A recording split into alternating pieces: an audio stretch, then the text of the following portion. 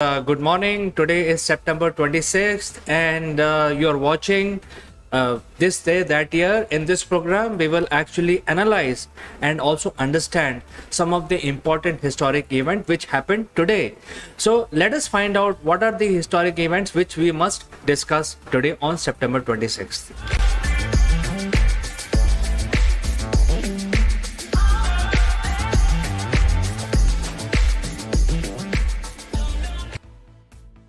Well, the first of is on September 26th in the year 1665. The Great Plague, or the bubonic plague as we know it, started in London, and it is very well recorded. And as per the record, that nearly 7,000 people were dying on an average every day. So that was the extent of the damage done by this pandemic, which happened all across the world, in Asia, in Europe, and also in Americas, because the Europeans were going to Americas and establishing their colonies and taking the plague with them. So it also spread into America. So it was a worldwide phenomena, very deadly. And on September 26th in the year 1665, the London edition of this pandemic started, and killing a lot of people. All right, let's move to the next one. And this is about the New Zealand. And as you can see, that New Zealand was discovered or colonized by the British. And there is one area in the New Zealand islands, it's called Newfoundland, So that was the era of new world and new lands being discovered. So believe it or not, as the name suggests, Newfoundland, it means that they have found something new. So they have actually they came together and became part of the Commonwealth on September 26 in 1907. So New Zealand also became part of the Commonwealth. And as you know, in New Zealand, the Prime Minister who is elected using the democratic processes, but the Prime Minister of New Zealand, just like Prime Minister of Australia, reports into the monarch of England. Now, previously it was the Queen. Going forward now, it will be the King Charles III. So today it was declared that they will be called as a Dominion or a part of Commonwealth, reporting to the monarch of England. All right, let's move to the next one. Again, we can't miss out anything which is related to Second World War. Well, today on September 26, Adolf Hitler issues an ultimatum to the Czechoslovakia. In those days, the Czech Republic of today was known as Czechoslovakia. And there was a boundary dispute, like in today's world also we have the border dispute and boundary dispute, especially in India. You have with Pakistan, you also have with China, and you also have with Bangladesh, and you also have with Sri Lanka, which is related to islands, etc. But these disputes normally are resolved by dialogues and some trade-offs. However, that dialogue did not happen between the Czechoslovakia of those days and Germany of those days, which was more popularly known as the Nazi Germany. And in 1938, Adolf Hitler, before the start of the war, the ultimatum was given to the Czechoslovakia, demanding the Sudeten land back into Germany. So this is an important incident, because a lot of incident happened which actually led to the war. This is one of them. Let's move to the next one. Well, if you are a Tintin fan, you must remember this date. 1946, September 26, when the first edition of Tintin was published by Hergé. And they kept publishing till 1993. I'm sure a lot of people read Tintin. In fact, I personally have a collection of Tintin. I've been collecting Tintin for very long time, from my school days, and that is why I'm very proud of my Tintin comics collection. And I also have the Asterix collection. But today, if you're a Tintin fan, it's an important day for you. The first edition was published in the year 1946 on September 26. Okay, let's move to the next one. We all know Hollywood. Hollywood is famous for churning out movies. Hollywood is famous for all the blockbusters and all kinds of movies which are released, and it's a cinema industry of the world. I mean, they were the first one that started. But Hollywood has a sign on the mountains, which welcomes you. If you get into the Hollywood, you will see this sign on the mountain called Hollywood. Well, Hollywood is a suburb of Los Angeles. Los Angeles is one of the largest town on the west coast of America, and also the capital of California. So when you as you are entering into Los Angeles, the among the first suburbs that you will hit, one of them is Hollywood. And today we know Hollywood as a movie production or a movie production town, but it was not always the case, because a property developer had bought this piece of land and mountains, and in the year 1949 they were trying to popularize this popularize as a property, so that people can come and buy the land and build their houses. So the objective of putting the Hollywood on the mountain by the developer or a property dealer was to attract the investments from people who are interested in buying the land. And today it has become like a cult, because most of the moviegoers established their studios in Hollywood. So Hollywood the sign has been maintained thereafter, even though that builder has come and gone. And this town is mostly known as movie makers town.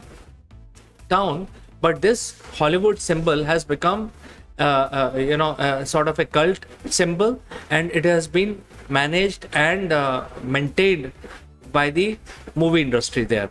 All right, let's move to the next one. We know we are alive because our heart keeps pumping non-stop, and it's basically pumping the blood which goes into every part of the body, including the brain.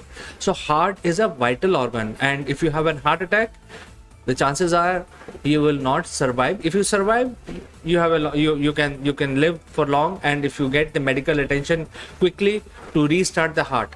So heart is a one organ which basically controls your life. If your heart stops, you cease to exist. So in order to solve this issue, lot of research has been going on, and people are saying that, why don't we have an artificial heart? Because after all, it's a pump. It's a 4-chambered pump which can pump the blood. So why we should basically allow heart to fail?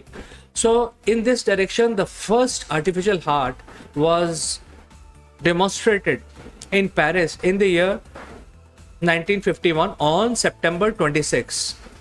And the scientist who developed this heart, his name was Professor Youngblood.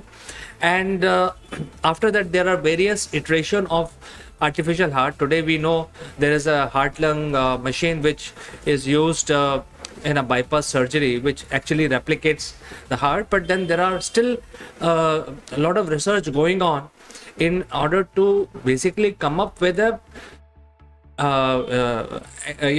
heart which is acceptable by the body and can be replaced and placed inside your natural heart. So in case your natural heart is having issues, you can get it replaced by a artificial heart which will function as good as a natural heart.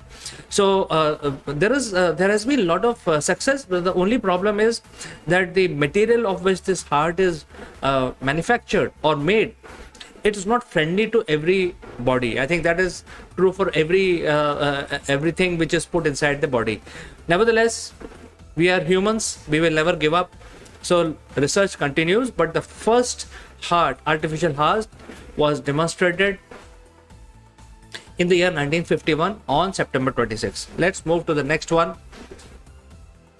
This is about the very popular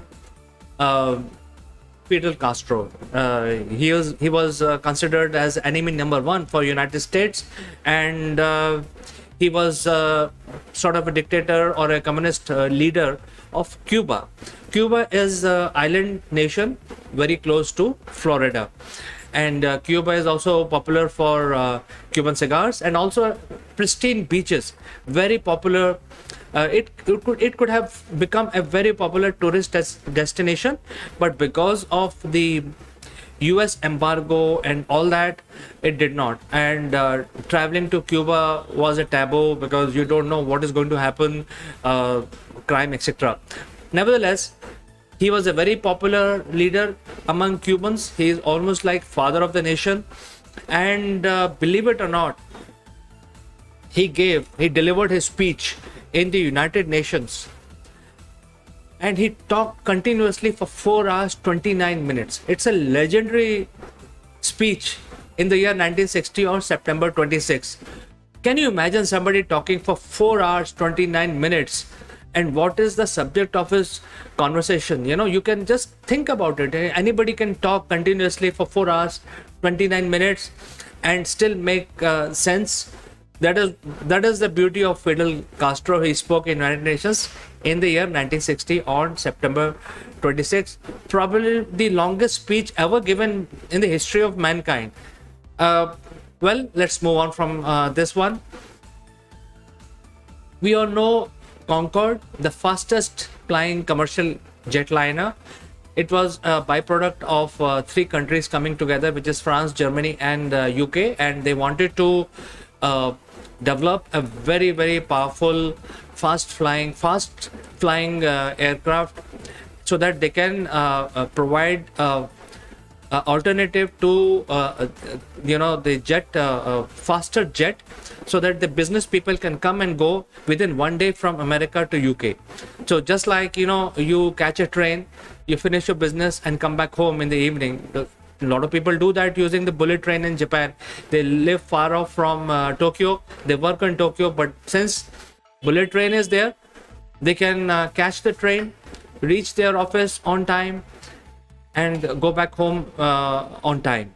So this was the idea, that you can fly to United States within 3 hours. And that way, if you catch the flight in the morning, finish your business in US or UK, and then reach home back on the same day. And this was the plane, and later it was having a lot of issues with the technical viability, etc., and it used to make a lot of noise. There were a lot of issues with regard to high speed and high friction. So we are not talking about all of that, because Concorde deserves a separate video, a longer video. But today, on September 26th in the year 1973, it broke the record. It flew Washington to Paris in record 3 hours 33 minutes.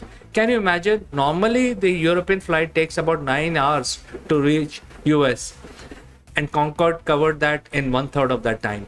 So it's a historic day on September 26, 1973. Let's move to the next one. I think this is about the women empowerment. We all know that there are a lot of restrictions imposed by the Islamic nations on their women, because most of the Islamic nations are sort of monarch or dictator, and state of women is not very good in none of the Islamic countries, whether you are a forward-looking Islamic country or you're not so forward-looking. But nonetheless, the women do not have freedom. They do not have freedom to go out without their husbands or men counterparts. They are not allowed to wear the dress of their choice, and so several other restrictions. One of the restrictions is women is not allowed to drive. So Saudi Arabia announced that they are overturning this ban, and that historic decision was taken by Saudi Arabia in 2017, when before 2017 none of the women in Saudi Arabia could drive the car. But today is a historic day, because Saudi Arabia was a nation which was so staunch in their belief system. They also moved along with the time, and they realized that they have been doing something which is not justified for half of the population, and they needed this reform. So I think this is a reform in their Islamic way of thinking. And in 2017, the ban on women drivers were lifted, and since then there are a lot of women who are now driving the cars freely. So these are something which happened today, friends, and something that we should learn from our history, some important incidents. If you have any suggestions, any comments, feel free to send in your comments, and I come live with such interesting facts every day at 10:30. So you could also join live and share your comments live in this program. So thank you for watching. Please take care, and I will catch you again tomorrow at 10:30 in the same program. Bye bye for today.